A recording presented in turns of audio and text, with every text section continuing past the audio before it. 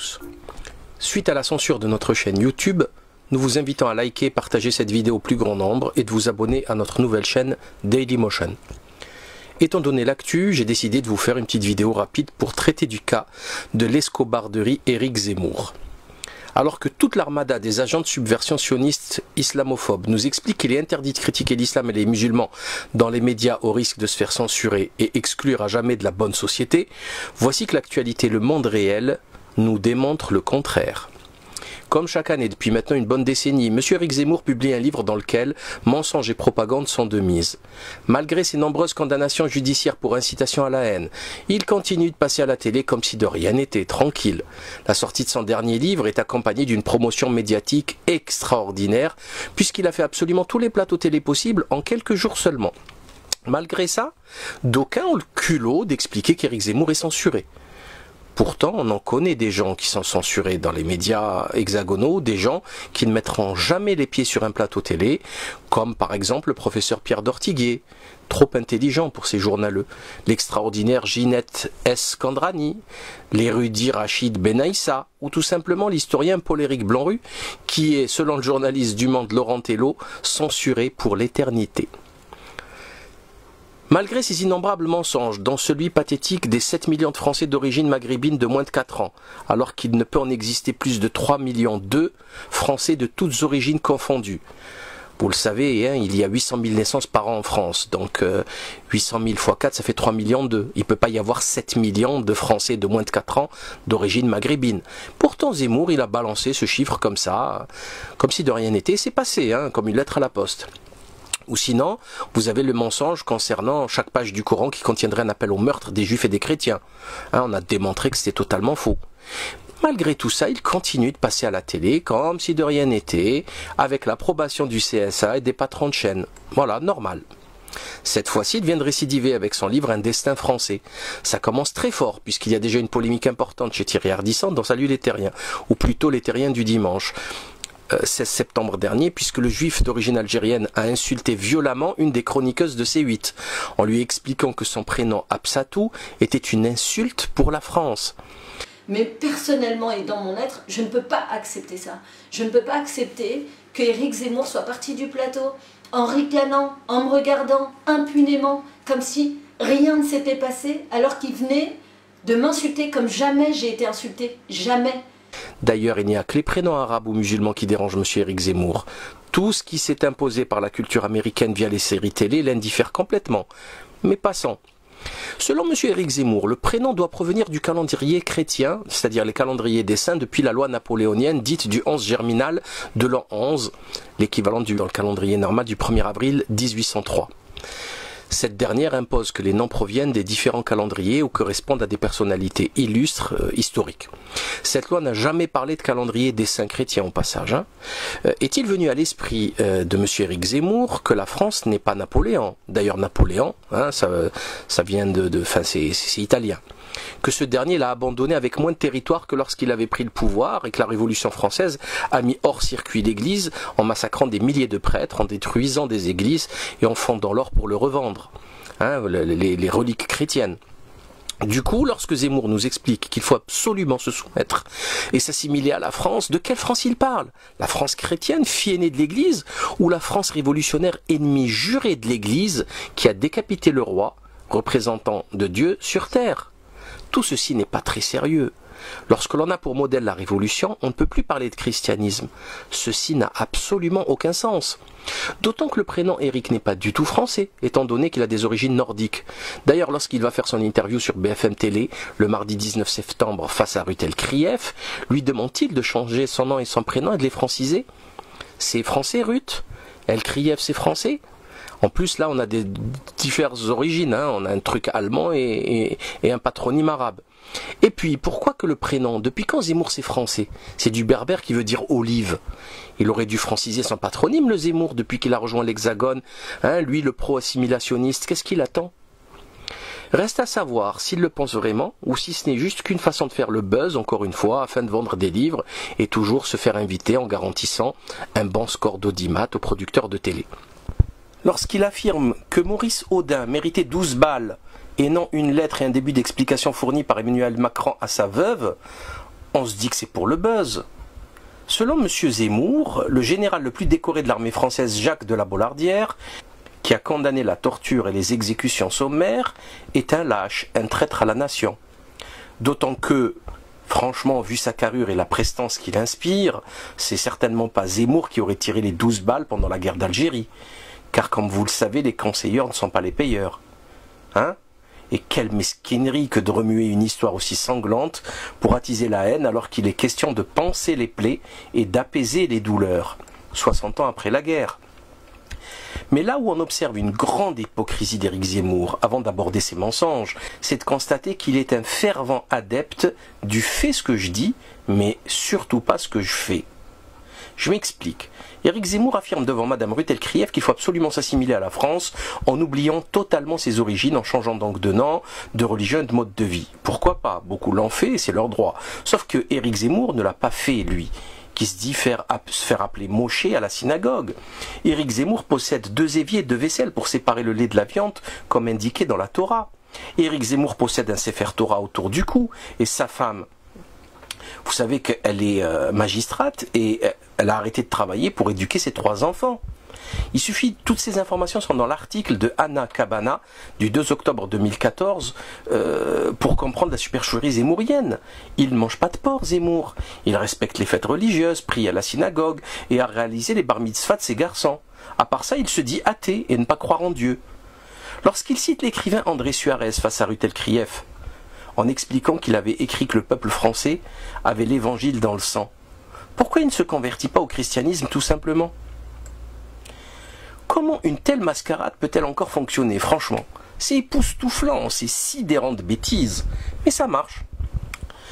Pour finir, nous allons traiter de l'ignorance crasse de cet hurluberlu qui se prend pour un historien. Il affirmait à la 10e minute son interview sur BFM, face à Rutel-Krief, qu'après l'islamisation du sud de la Méditerranée, l'Occident et l'Orient ont été totalement et hermétiquement séparés jusqu'aux croisades, c'est-à-dire 1095. Il y avait 2 civilisations. Vous savez que le grand historien Henri Pirenne explique justement le contraire de ce que vous venez de dire. C'est-à-dire qu'il explique qu'il y avait une unité de l'Empire romain, même quand il y avait les 2 empires romains d'Occident et d'Orient, que la mer Méditerranée était le lien, et que c'est la conquête musulmane par les troupes de Mahomet qui a coupé cette Méditerranée en 2 et qui a fait que l'Empire d'Occident est devenu celui de Charlemagne et que l'Empire d'Orient est devenu celui de Mahomet et qu'il n'y a pas eu de contact pendant des siècles, jusqu'aux croisades justement. 4 siècles de blackout selon notre spécialiste. A-t-il entendu parler de l'alliance abbassido-carolingienne, d'ailleurs dont je parle dans notre dernier livre, Ils aiment l'islam? Alliance entre la dynastie abbasside de Bagdad et des rois carolingiens qui a débuté en 751. Alliance conduite par Pépin le Bref, mais également par Charlemagne, dont tout le monde connaît les excellents rapports qu'il a eu avec Haroun al-Rachid en 797, puisqu'ils avaient des ambassades respectives. Il y avait l'ambassade abbasside en France et l'inverse. On connaît tous les cadeaux offerts par le calife abbasside, dont la fameuse horloge automate, ou l'éléphant blanc guerrier, etc., que l'on retrouve dans les peintures et dans les archives historiques. Le commerce était également important puisque l'on retrouve pendant plusieurs siècles circulé en Europe le fameux dinar or ou mancus. Même l'art carolingien a été influencé par l'architecture musulmane et j'en passe. Il y a eu également des échanges avec l'Andalousie musulmane, des échanges féconds et nombreux tout au long des 7 siècles de présence sur la péninsule ibérique. Le célèbre hispaniste anglais John Brand Trend a expliqué dans l'un de ses livres que lorsque les souverains chrétiens de l'époque nécessitaient les services d'un chirurgien, d'un architecte, d'un tailleur, d'un musicien, ils allaient le trouver où à votre avis? À Cordoue. Ce qui prouve que les échanges existaient bel et bien. Il y a tellement eu d'échanges d'étudiants dans les universités andalouses que le célèbre anthropologue britannique Jack Goody explique dans son livre L'Islam en Europe que l'habit des diplômés dans les universités britanniques a été importé justement d'Andalousie jusqu'à ce jour. C'est le même habit. On peut même aller plus loin et affirmer que même pendant les sanglantes croisades, cela n'a pas empêché les musulmans d'accueillir les Européens venus apprendre l'algèbre et les algorithmes au Maghreb, comme ce fut le cas pour le célèbre mathématicien italien Fibonacci, jeune homme à l'époque accompagnant son père, représentant des commerçants de Pise à Béjaïa, à Bougie. C'est-à-dire qu'il y avait du commerce et des échanges intellectuels universitaires. Bref, il vous suffit de surfer quelques moments sur le net pour démontrer qu'Éric Zemmour est un mythomane. Il est malade. Hein.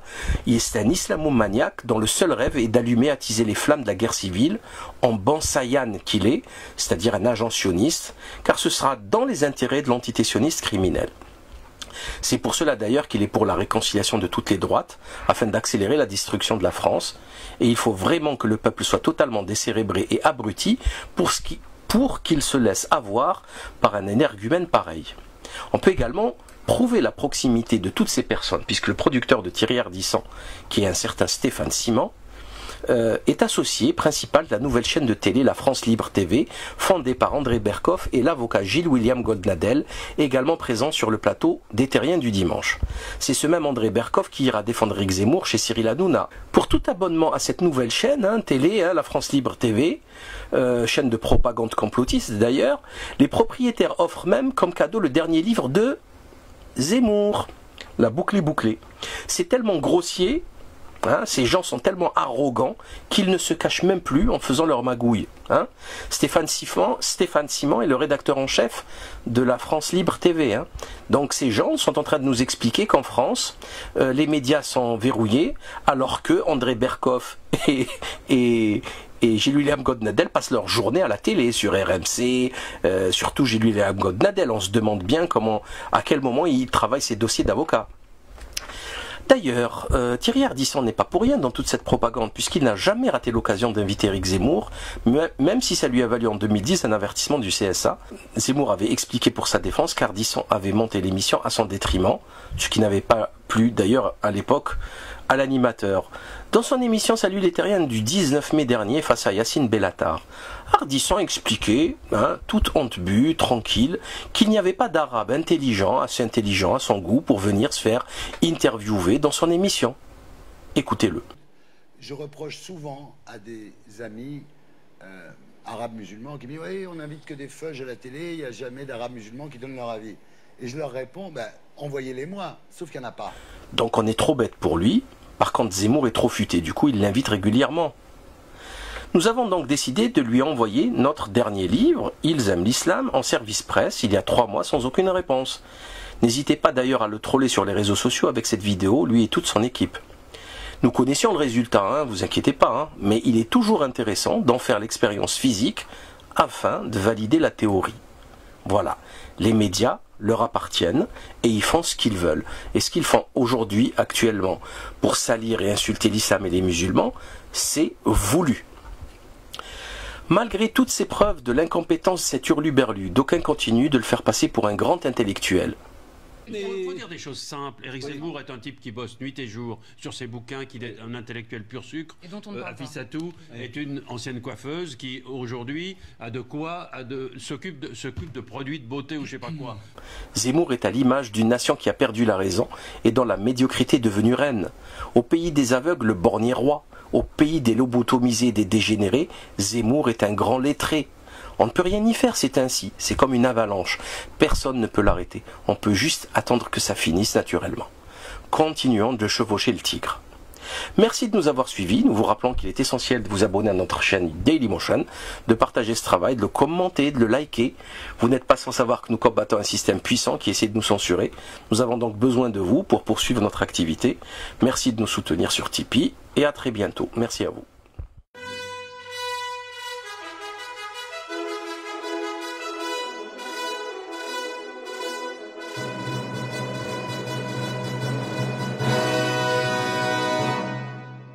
J'ai négocié dans un contexte que vous connaissez de production mondiale limitée l'acquisition de vaccins à hauteur de 94 millions de doses avec 3 industriels, Sanofi, GSK et Novartis. Ça représente 1 milliard d'euros. C'est un grand succès. Les Français sont bons dans les centres de vaccination. Ils se font vacciner. Vous savez, la bataille de la vaccination n'était pas gagnée il y a seulement 15 jours. Et nous avons décuplé la fréquentation des centres de vaccination.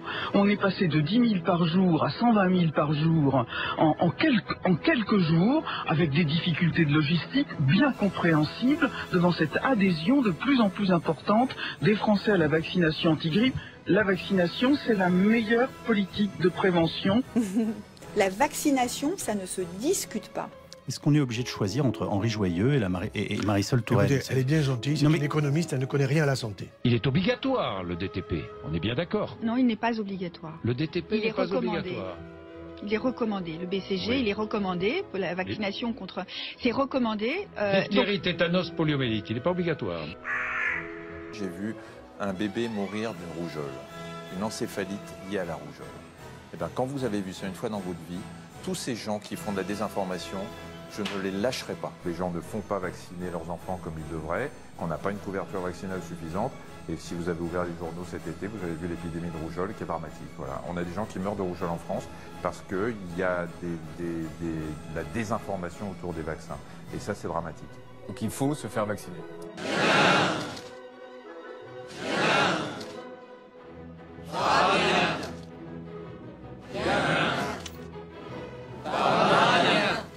Bonjour à tous et bienvenue dans un épisode un petit peu particulier qui se fait avec le soutien du ministère des Solidarités et de la Santé ainsi que l'aide de l'Institut Pasteur. Et aujourd'hui, on va parler de vaccins.